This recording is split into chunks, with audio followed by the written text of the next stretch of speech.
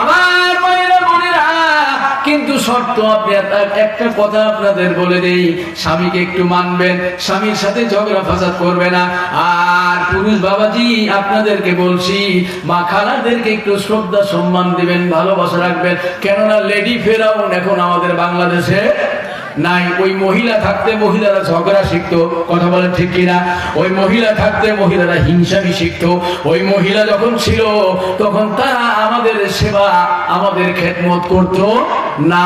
আমি বাংলাদেশে যে কোনো জায়গায় যেতাম, হুজুর একটু মহিলাদের স্বামীর সেবার কথা বলেন, তখন মানতো না। কেন মানতো না?